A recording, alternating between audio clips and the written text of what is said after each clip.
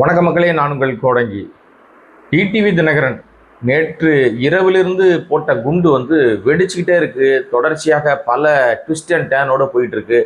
ஆள் கடத்தல் வேலை, எம்எல்ஏவை கடத்தியது வேலை, அப்புறம் குதிரை பேர புகார், அப்புறம் போலி கையெழுத்து, போலி கடிதம், ஆதரவு கடிதத்தை போலியாக தயாரித்தது, தாவேகா மீது தொடர் குற்றச்சாட்டுகளை அடுக்கி கொண்டே போனார் டிடிவி தினகரன். அந்த எம்எல்ஏ காணாமல் போனாரு, அந்த எம்எல்ஏவை கடத்திட்டாங்க, அவர் விலை போய்விட்டார், அப்படியெல்லாம் குற்றச்சாட்டை சொன்ன அந்த காமராஜ், மன்னார்குடி எம்எல்ஏ காமராஜ் மீண்டும் அம்மா மக்கள் முன்னேற்ற கழகத்தினுடைய பொதுச் செயலாளர் டிடிவி தினகரன்கிட்டே வந்துட்டார்.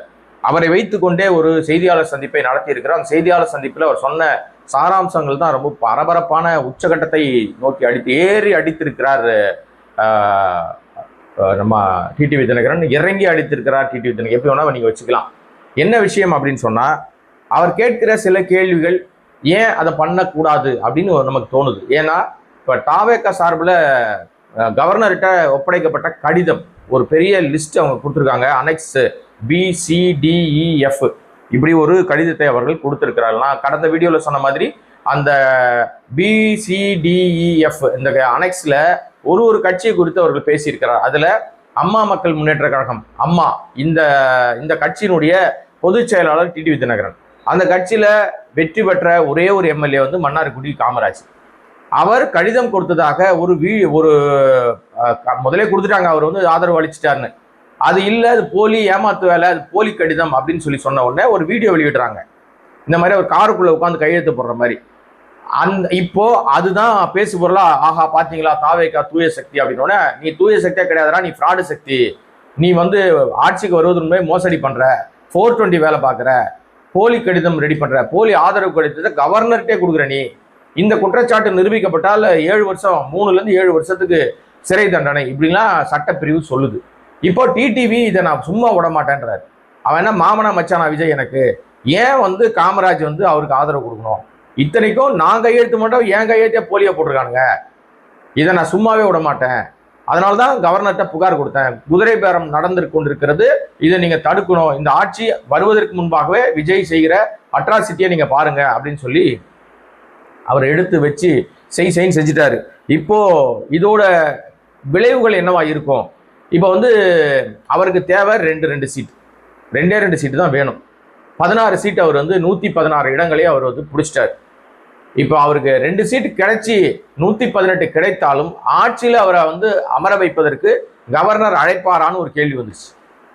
ஏன் அதான் மெஜாரிட்டி வந்துருச்சு அப்படின்னா, இப்போ குதிரை பேர புகார் என்பது சாதாரண புகார் இல்லை. குதிரை பேர புகார் வந்த உடனே உள்துறை அமைச்சர் அமித்ஷாவோடு கவர்னர் பேசியதாக ஒரு தகவல் வெளியாயிருக்கு. உள்துறை அமைச்சர் கூப்பிட்டு இந்த மாதிரி ஒரு பிரச்சனை இருக்கு அப்படின்னு சொல்றாங்க, என்ன பிரச்சனை போயிட்டு இருக்கு அப்படின்னு கவர்னர்கிட்ட கேட்டதாகவும் கவர்னர் சில விளக்கங்களை கொடுத்ததாகவும் சொல்லப்படுது. கவர்னர் என்பவர் யார்? அவர் உள்துறை அமைச்சகத்துடைய கட்டுப்பாட்டில் வரக்கூடியவர். உள்துறை அமைச்சகம் பாஜக கட்டுப்பாட்டில் இருக்கு, அமித்ஷா கட்டுப்பாட்டில் இருக்கு. அமித்ஷா சொல்றதை மட்டும்தான் தமிழ்நாடு கவர்னர் செய்வார். இந்தியா முழுமைக்கு இருக்கிற எல்லா கவர்னரும் அதான் செய்வாங்க. இப்ப தமிழ்நாடு இப்போ நிலையான ஆட்சி என்பது நடப்பதற்கான சாத்தியக்கூறுகள் தெரியவே இல்லை, அதற்கான வாய்ப்பே இல்லை. அப்போ இங்க இப்ப ஆட்சி அதிகாரத்தை அவர்களுக்கு வழங்குவதற்கு பெரிய கேள்விக்குறி வரும்போது, ஒருவேளை அப்படி கொடுத்தால் இன்னும் பல எம்எல்ஏக்களை விலைக்கு வாங்குவார்கள் சந்தேகம் இருக்கிறது. அதனால அதன் மீது தீர விசாரிக்கணும் அப்படின்னு ஒரு பெரிய பகீர் விஷயத்த கிளப்பி விட்டுட்டாரு டிடிவி தினகரன். நான் இதை சும்மாவே விட மாட்டேன், நிச்சயமாக இது நீதிமன்றம் வரைக்கும் போவேன். அவங்க எந்த அடிப்படையில இதெல்லாம் கொண்டு வந்தாங்க, இந்த கடிதத்தை எப்படி அவங்க தயாரிச்சாங்க, எனக்கு அந்த வீடியோவுடைய முழு வீடியோவை வெளியிடணும், அந்த கடிதம் ஒரிஜினல் கடிதத்தை வெளியிடணும், வெள்ளை பேப்பர்ல எப்படி ஒரு ஆதரவு கடிதத்தை எழுதி கொடுக்க முடியும்? ஒரு எம்எல்ஏவாக வெற்றி பெற்றவர் ஆதரவு கடிதத்தை அவருடைய லெட்டர்ல தானே கொடுப்பாரு, வெள்ளை பேப்பர்ல எப்படி A4 ஷீட்ல எழுதி கொடுப்பாங்க? இது AI மூலமாக தயாரிக்கப்பட்ட வீடியோ, இந்த வீடியோ ஒரிஜினலே கிடையாது. முழு வீடியோ உண்மையாக இருக்கும் பட்சத்துல கார்ல யார் எடுத்தது, எப்ப எடுத்தாங்க, அதோட நம்பகத்தன்மை நமக்கு தெரியணும். அந்த வீடியோவை கொண்டு கவர்னர்கிட்ட கொடுங்க, அதோட உண்மைத்தன்மை ஆராயப்படணும். இது அத்தனைக்கும் காரணம் விஜய் தான். அதனால விஜய்க்கு இந்த பதவியை வழங்கக்கூடாதுன்னு டிடிவி தினகரன் அடிச்சு வெளுக்கிறார்.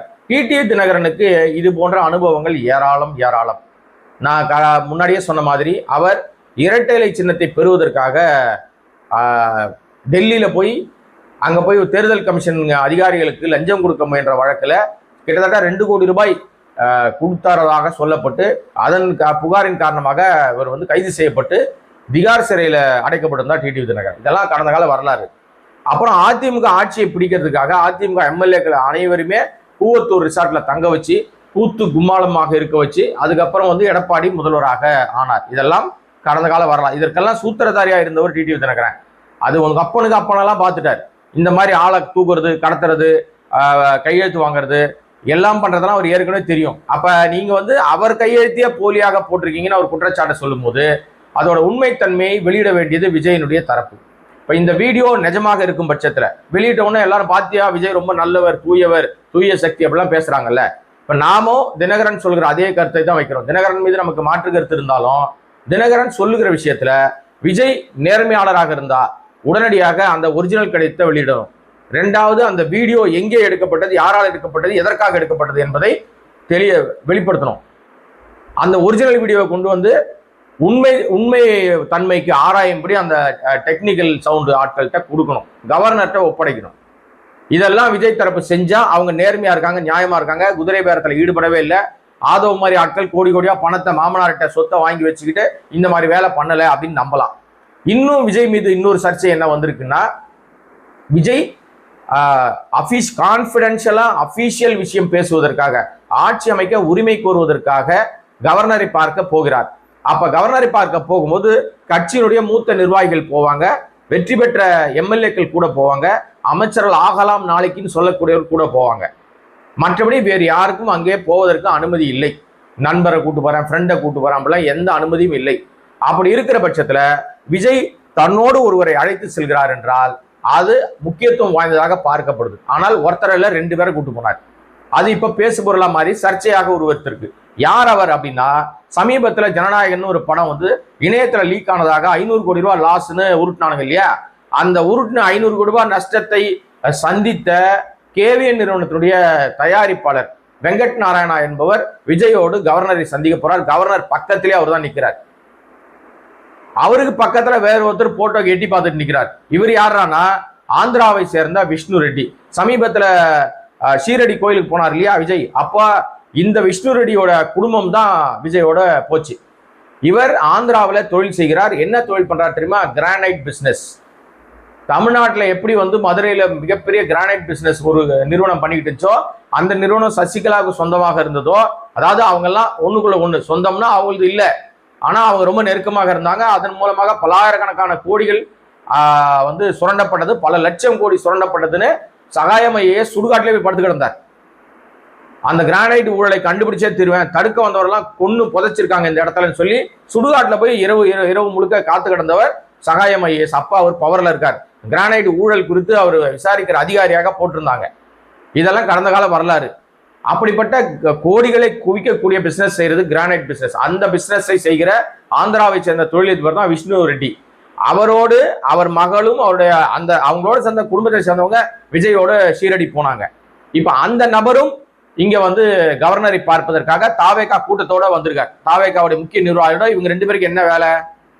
அதை விஜய் எப்படி வெளிப்படுத்துவாரா? ஏன்னா தன்னை ஊழல்வாதி இல்லை, நான் வந்து ஊழலே செய்ய மாட்டேன், ₹1 ஊழல் பண்ண மாட்டேன், நான் நேர்மையாளர், தூய சக்தின்னு சொல்லக்கூடிய விஜய்க்கு விஷ்ணு ரெட்டி மீது கடந்த 24ஆம் ஆண்டுல அமலாக்கத்துறை சோதனை நடத்தி பல 100 கோடிகளை அவங்க கிட்ட கைப்பற்றுறது உண்மையா இல்லையா? இது விஜய்க்கு தெரியுமா தெரியாதா? அப்புறம் நீ எப்படி ஊழல்வாதியை பையில வச்சிருந்தீங்கன்னா உனக்கு எப்படி நீ ஊழல் செய்யாம நேர்மையான ஆட்சியை தர முடியும்? இந்த கேள்விக்கு யார் பதில் சொல்லுவார்? அது விடுங்க. இப்போ இவர்கள் செய்கிற விஷயங்கள், யார் செய்யற விஷயம்? தாவேகா செய்கிற செலவுகள், தாவேகா செய்கிற பிரம்மாண்ட எல்லா செலவுகளுக்கும் அப்ப இந்த கேவிஎன் நிறுவனமும் அவர் வேற பிசினஸ்ல இருக்கார்.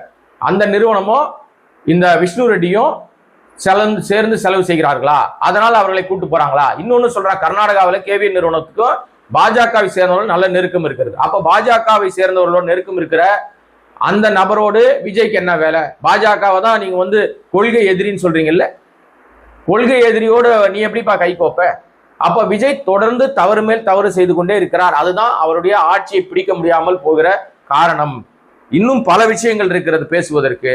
இப்போ டிடிவி தினகரன் இந்த விஷயத்தை விடவே மாட்டேன்றார், ஒத்த காலில் நிற்கிறார். காலையில பத்திரிகையாளர் சந்திச்சு இது எல்லாத்தையும் கூட நான் வந்து ஒரு கட்டம் வைத்துடுறேங்க, நான் கையெழுத்து போட்டதாக என் கையெழுத்தை போலியாக போட்டிருக்காரு. இது சும்மாவே விட மாட்டேன். ஆட்சிக்கு வர்றது முன்னாடி மோசடி பண்றாரு, 420 வேலை பார்க்கறாரு, இவர் தூய சக்தி கிடையாது, ஃப்ராடு சக்தி, ஏமாத்து சக்தி அப்படின்னு போட்டு செம்ம பொழந்திருக்காரு. இதே கருத்தை டிகேஎஸ் இளங்கோவனும் இந்த போலி கடித விவகாரத்தில், ஆதரவு கடித விவகாரத்தில் கடுமையான எதிர்ப்பை திமுக பதிவு பண்ணியிருக்கு. வில்சன் எம்பி வில்சனும் அவரும் தன் பங்குக்கு இந்த போலி கடிதத்தை ஆதரிக்க முடியாது, இது மோசமான முன்னுதாரணம், ஆட்சியை பிடிப்பதற்காக தரங்கட்ட வேலைகள் எல்லாம் தாவேகா இறங்கி இருக்கிறது அப்படின்னு சொல்லி மிக மோசமான விஷயத்தை பேசியிருக்கிறார்கள். இதெல்லாம் மக்கள் மன்றத்தில் என்னவாக போய் பிரதிபலிக்க போகிறது அப்படின்னு தான் தெரியும். ஏன்னா இனிமே நேரங்கள் ஓடிட்டே இருக்கு. Count down start. நாளை மாலை 5 மணி வரையோட கெடு. என்ன செய்ய போகிறார் விஜய்? பொறுத்திருப்போம். இன்னும் பல ட்விஸ்ட் அண்ட் டர்ன்களோடு உங்களை சந்திக்கிறேன். இந்த வீடியோவை சப்ஸ்கிரைப் பண்ணாம பார்த்துட்டு இருக்க அன்பு நண்பர்கள் சப்ஸ்கிரைப் பண்ணீங்கன்னா பல விஷயங்கள் பேசலாம். நன்றி, வணக்கம்.